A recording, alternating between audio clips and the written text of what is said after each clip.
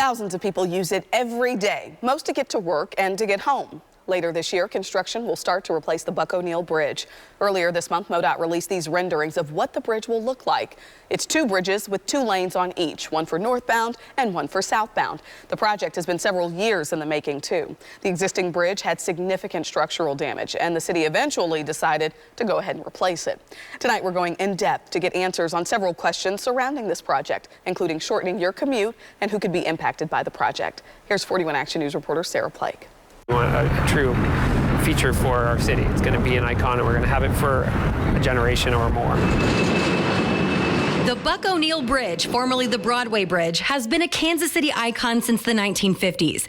And you'll get different opinions about whether the bridge's new design lives up to that expectation. A lot of what we heard with commuters was that they wanted direct access from US 169 to I-35. So that was one of the key things that we wanted to make sure was incorporated in the project. The Missouri Department of Transportation says this option addresses that main concern for commuters. They don't have to go through those signals on Broadway anymore. They can go directly from I-35 to US 169, so that saves a lot of time. This is a $219 million project. 50,000 people cross this bridge every day, and if you're one of them, you know what it's like to try to get off and on. It should save them about 7.5, 8 minutes of drive time in the evenings. It doesn't integrate well with the community. It's designed more to take people out and through than it is to connect with our community. Matt STAUB, urbanist and part of the River Market Community Association, says the bridge design does nothing to improve urban density. So this building next to us, a couple of buildings on this side, they'll be torn out completely to have these long flyover ramps, which are going to then cast shadows on the neighborhood and basically isolate this whole neighborhood, which has already been heavily damaged by previous car infrastructure.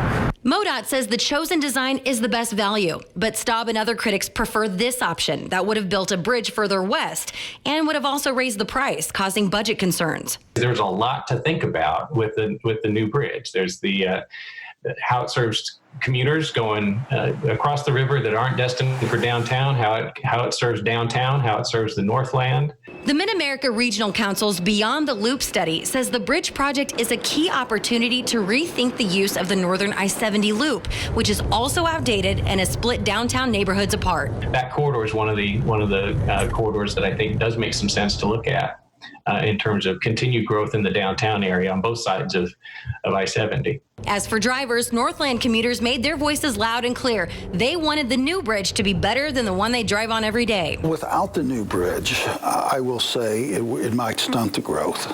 Edward Ford with the Northland Regional Chamber of Commerce guesses that his area has doubled in population over the last 20 years.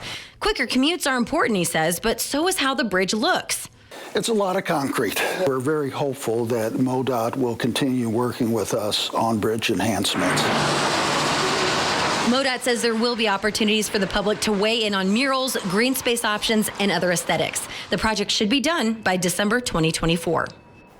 Sarah Plake is joining us now live. And Sarah, a quicker drive time was the main goal. But what other features do people want out of this bridge?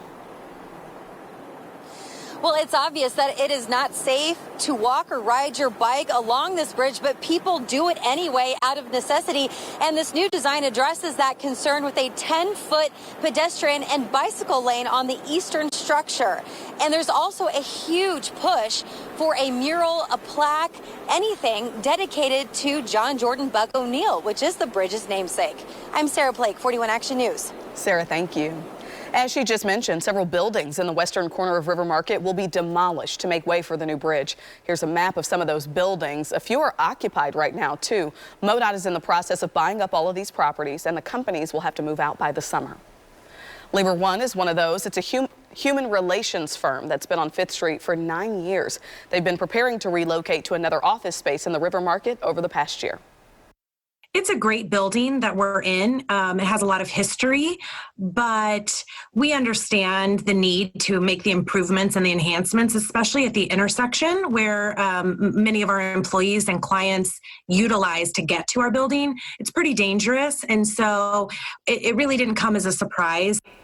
Leaders with MoDOT say none of the buildings are on the Register of Historic Places, but people like Matt STAUB worry about losing the feel of the neighborhood, like the old brick streets and the unique building fronts. It defines a place in a way that when you take that out and it's empty space, you lose more than just the buildings themselves. You lose all those other intangibles that make a city unique and make it fun to live in. Behind the design and build of the bridge, two groups: Massman Construction, Clarkson Construction, and HTNB Corporation. MoDOT leaders say they picked the Massman-Clarkson joint project based on a number of goals, including providing a direct connection between U.S. Route 169 to I-35 and minimizing the impact to drivers during construction.